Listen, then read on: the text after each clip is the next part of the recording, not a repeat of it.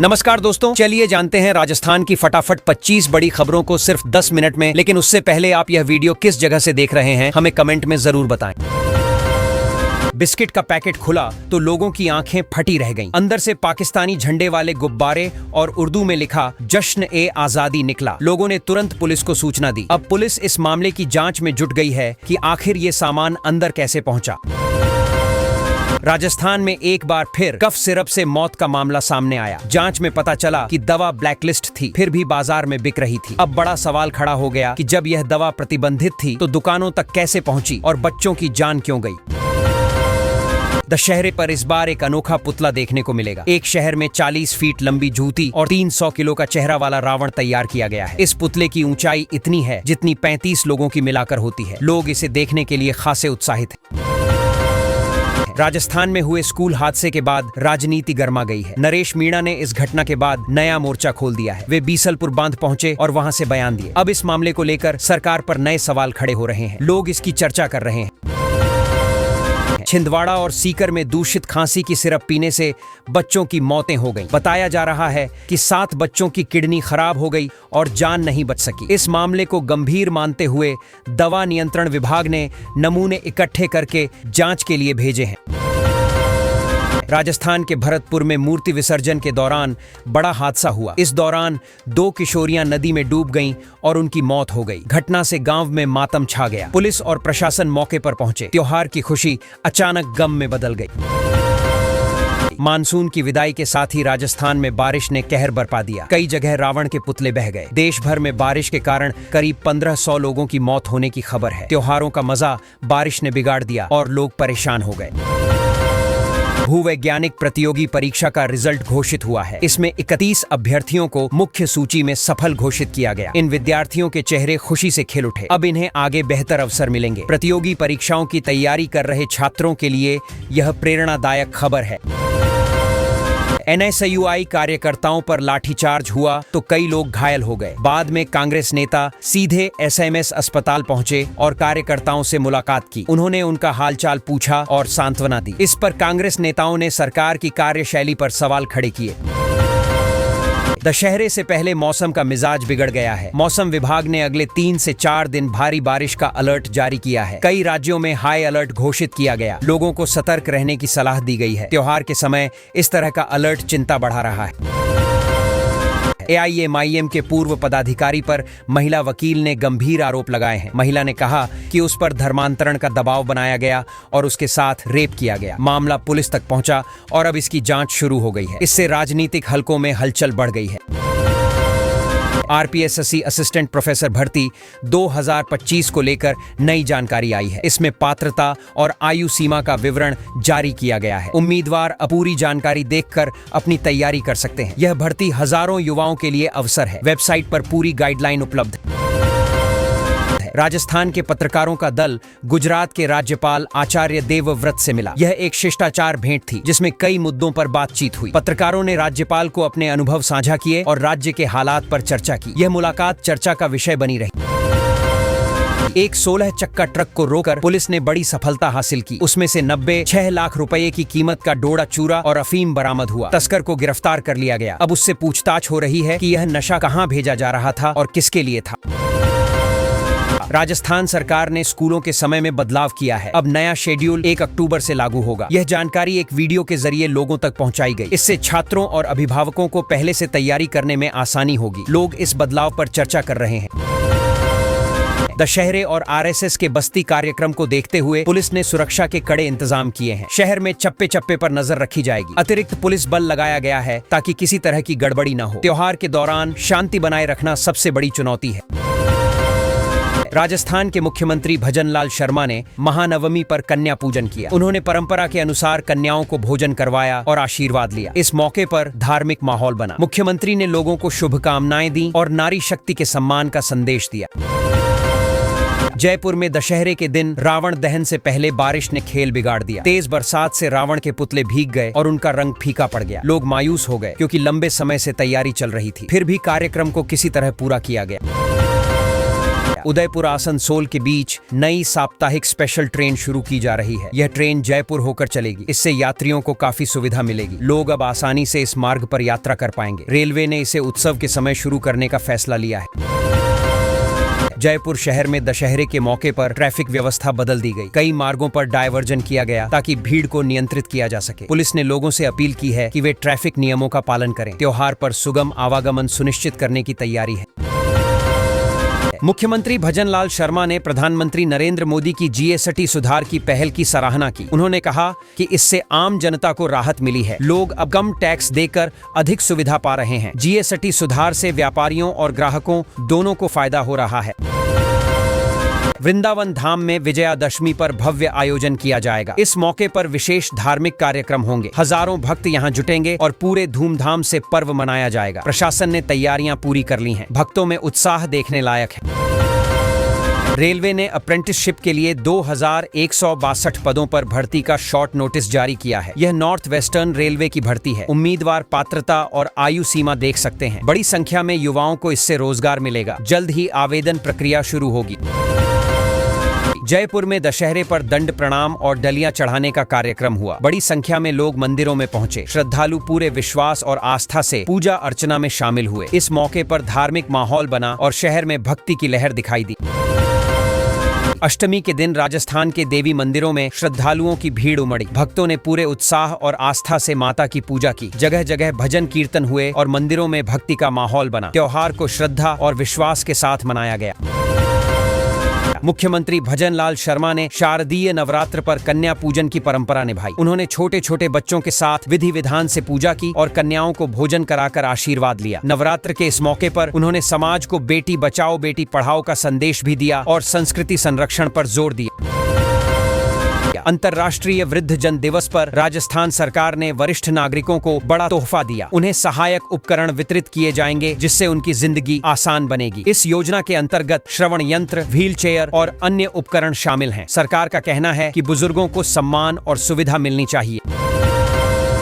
North western railway recruitment 2025 का short notice जारी हुआ है। रेलवे अप्रेंटिसशिप के कुल 2162 पदों पर भर्ती होगी। आवेदन की प्रक्रिया जल्द शुरू होगी और पात्रता मानक नोटिस में दिए गए हैं। बेरोजगार युवाओं के लिए यह सुनहरा मौका माना जा रहा है। राजस्थान सरकारी स्कूलों की टाइमिंग में बदलाव किया गया है। अब 31 मार्च तक नई व्यवस्था लागू रहेगी। बच्चों को सर्दियों में कठिनाई न हो इसलिए समय बदला गया है। शिक्षा विभाग ने कहा कि बदलाव से पढ़ाई प्रभावित नहीं होगी बल्कि छात्र बेहतर ढंग से पढ़ाई कर सकेंगे। अक्टूबर महीने में सरकारी नौकरियों की बहार आई है। रेलवे, एसएससी समेत 15 बड़ी परीक्षाओं का कैलेंडर जारी हुआ है। उम्मीदवारों को तैयारी का मौका मिलेगा और नौकरी पाने का रास्ता खुल सकता है। युवाओं में इस घोषणा से उत्साह और जोश देखा जा रहा है। जयपुर में राष्ट्र निर्माण में पूर्व सैनिकों के योगदान विषय पर संगोष्ठी आयोजित हुई। इसमें पूर्व सैनिकों ने अपने अनुभव साझा किए और देश के विकास में भूमिका बताई। संगोष्ठी में वक्ताओं ने कहा कि अनुशासन और समर्पण की सीख पूर्व सैनिक समाज को देते हैं। फूड सेफ्टी टीम ने मिलावटी सरसों के तेल पर बड़ी कार्रवाई की। करीब 1000 किलो से अधिक तेल सीज किया गया। अधिकारियों का कहना है कि मिलावटखोरों के खिलाफ अभियान लगातार जारी रहेगा। यह कदम उपभोक्ताओं की सेहत को सुरक्षित रखने के लिए उठाया गया है। सालिग्रामपुरा आरओबी का निर्माण अब लोगों के लिए राहत लेकर आ रहा है। इस पुल से हजारों लोगों को जाम की समस्या से मुक्ति मिलेगी। रोजाना घंटों ट्रैफिक में फंसे रहने वाले लोग अब आसानी से गुजर सकेंगे। यह परियोजना शहर के विकास में बड़ा योगदान देगी। फिर एक स्कूल को बम से उड़ाने की धमकी मिली। धमकी के बाद प्रशासन सतर्क हो गया और जांच शुरू हुई। पुलिस ने सुरक्षा बढ़ा दी है और बच्चों को सुरक्षित स्थान पर भेजा गया। इस तरह की घटनाओं से अभिभावक चिंतित नजर आए। यूजीसी ने 54 निजी विश्वविद्यालयों को नोटिस भेजा है। इन संस्थानों पर नियमों के उल्लंघन का आरोप है। छात्रों से अनुचित फीस वसूली और मान्यता को लेकर सवाल खड़े हुए हैं। नोटिस में जवाब मांगा गया है और कार्रवाई की चेतावनी दी गई है। राजस्थान पुलिस मुख्यालय में कानून व्यवस्था और अपराध नियंत्रण पर अहम बैठक हुई। इसमें वरिष्ठ अधिकारियों ने हालिया घटनाओं की समीक्षा की। अपराध पर नकेल कसने और सुरक्षा व्यवस्था मजबूत करने के निर्देश दिए गए। बैठक में कई नई रणनीतियां बनाई गईं।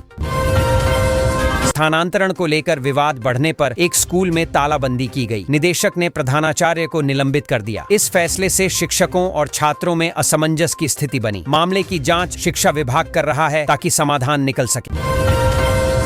उदयपुर में मां दुर्गा के दरबार का श्रृंगार खास तरीके से किया गया। इस बार हजारों नोटों से सजावट की गई। लाखों की रकम के नोटों से बना यह श्रृंगार देखने वालों को आकर्षित कर रहा है। भक्तों में इसे लेकर भारी उत्साह है।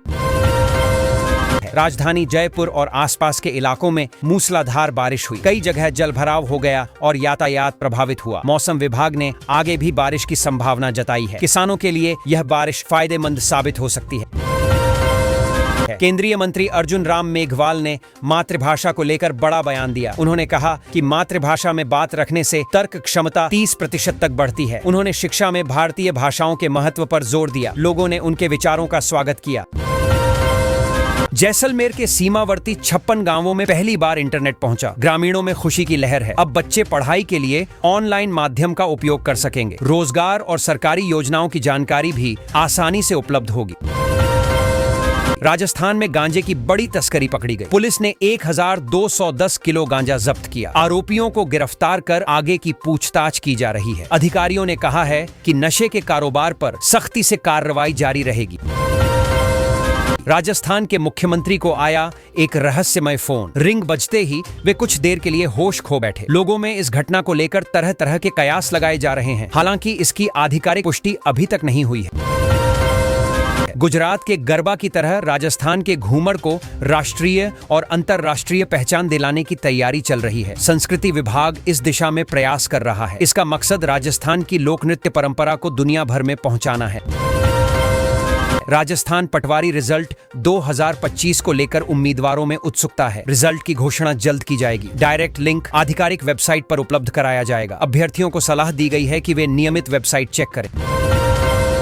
पेट्रोल डीजल के दाम आज सुबह घट गए। लोगों में राहत की भावना है। वाहन चालकों ने टंकी फुल कराने से पहले अपने शहर के ताजा रेट चेक किए। ईंधन की कीमतों में कमी से महंगाई पर भी असर पड़ेगा।